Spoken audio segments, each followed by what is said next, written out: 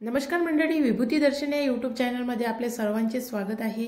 आज मार्गशीर्ष महिन्यातील दुसरा गुरुवार आहे आणि आपल्या संपूर्ण इच्छा पूर्ण करणारा हा गुरुवार आहे। महालक्ष्मीचा गुरुवार आहे। मागच्या व्हिडिओमध्ये आपण याविषयीची संपूर्ण माहिती जाणून घेतली आहे, पण आजच्या व्हिडिओमध्ये मार्गशीर्ष गुरुवारी कोणकोणते उपाय करायचे आहे, जे उपाय आपल्या संपूर्ण इच्छा पूर्ण करणारे असतील। तर चला आजच्या व्हिडिओमध्ये उपाय जाणून घेऊया। त्यासोबत मार्गशीर्ष महिन्याविषयी आणखी थोडीशी माहिती सुद्धा जाणून घेऊया। त्यामुळे व्हिडिओ शेवटपर्यंत बघा आणि जर तुम्ही चॅनलवर नवीन आहात तर चॅनलला सबस्क्राइब करून व्हिडिओ जास्तीत जास्त लोकांपर्यंत शेअर करा।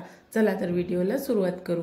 मार्गशीर्ष महिन्यामध्ये महालक्ष्मी सोबतच श्री स्वामी समर्थ, श्री भगवान विष्णू, श्री कृष्ण तसेच दत्त, श्री दत्तात्रय यांची या महिन्यात मार्गशीर्ष महिन्यात जयंती असते आणि या दिवशी मार्गशीर्ष पौर्णिमा असते।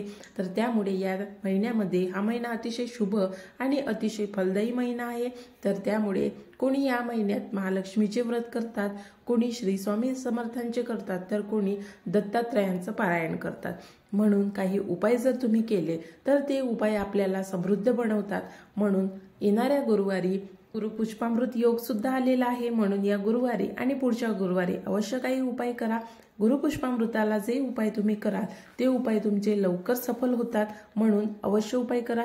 जर तुम्हाला उपाय कसा करायचा आहे आणि गुरुपुष्पामृत योगाविषयी माहिती जाणून घ्यायची असेल तर मी आपल्या चॅनलवरती व्हिडिओ टाकलेला आहे, नक्की जाऊन बघा। कारण मार्गशीर्ष महिन्यातील गुरुवारचे व्रत विधवा, सवाशीण, कुमारिका तसेच पुरुष आणि इतर कोणीही हे व्रत करू शकते। तर त्यामुळे हे व्रत अतिशय फलदायी आहे आणि आपल्या संपूर्ण इच्छा पूर्ण करणारे आहे। म्हणून या दिवशी म्हणजे गुरुवारी सकाळी उठून स्नानादी होऊन आपल्या अंगणामध्ये छान रांगोळी टाकावी। कारण अंगणामध्ये तुम्ही सडा रांगोळी टाकल्यामुळे महालक्ष्मी प्रसन्न राहते आणि सदा सर्वदा तुमच्यावर महालक्ष्मीचा आशीर्वाद राहतो। म्हणून अंगणामध्ये सडा तर आता कोणी टाकत नाही, पण नक्कीच पाणी टाकून आपल्या अंगणामध्ये छानशी रांगोळी टाकावी। गुरुवारच्या दिवशी तुम्ही जर पावले लक्ष्मीचे काढत नसाल तर नक्की गुरुवारच्या दिवशी लक्ष्मीचे पावले आणि स्वस्तिक काढायला अजिबात विसरू नये। तर स्वस्तिक आणि लक्ष्मीचे पावले आपल्या दरवाजाच्या उंबरठ्यावर अवश्य काढावे, अतिशय शुभ मानले जाते। असं म्हणतात की जर रांगोळी काढताना तुम्हाला जर गुरेढोरे दिसत असतील किंवा गाय दिसत असेल, आपल्या वासरासोबत दिसत असेल, ती चरायला जात असेल, कुठेही जात असेल, पण जर तुम्हाला दिसत असेल तर हा खूपच शुभ संकेत आहे।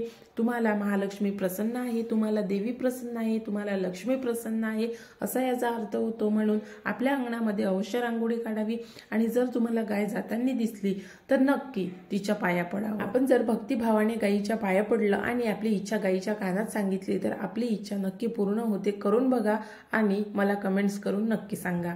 अशा पद्धतीने आपल्याला गुरुवार दिवशी काही छोटे छोटे उपाय करायचे असतात, ज्यामुळे महालक्ष्मी प्रसन्न होते। तर महालक्ष्मीला प्रसन्न करण्यासाठी आणखी उपाय आहे, जे पुढे व्हिडिओमध्ये सांगणारच आहे।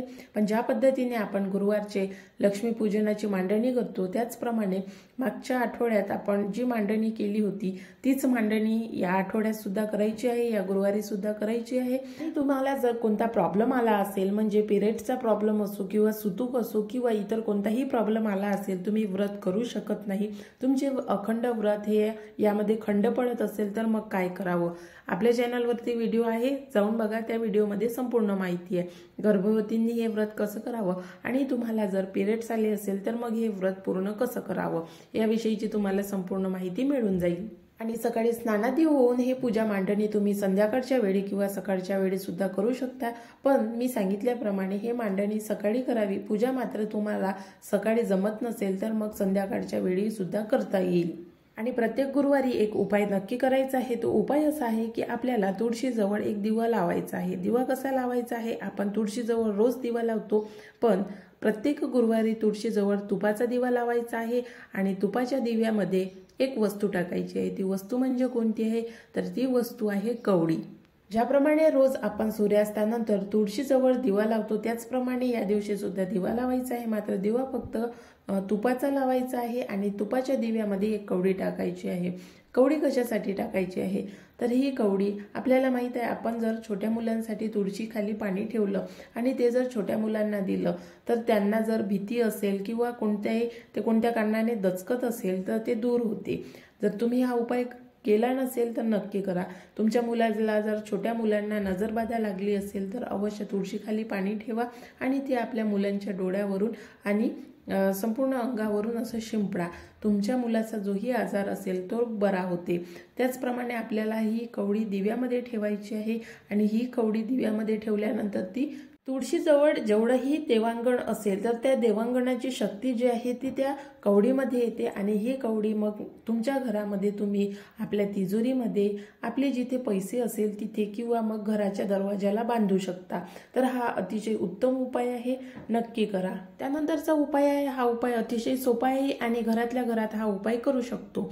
तर उपाय असा आहे, आपल्या विचारसरणीचा उपाय आहे, आपल्याला सकारात्मक विचार करायचा आहे आणि विचार करते वेळी आपल्याला आपल्या घरामध्ये रोज पैशाची बरकत व्हावी या विचारसरणीने आपल्या घरामध्ये रोज काही ना काही पैसे जमा करत राहावे. जसे 1 रुपयापासून सुरुवात करावी. 1 रुपया साधारणपणे कोणीही करू शकते, म्हणून म्हटलं की हा उपाय कोणीही करू शकते. तर रोज अशा पद्धतीने यामध्ये तुम्हाला जितके रुपये टाकता येईल तितके रुपये टाकावे आणि रोज हा जो उपाय आहे कंटिन्यू सुरू ठेवावा.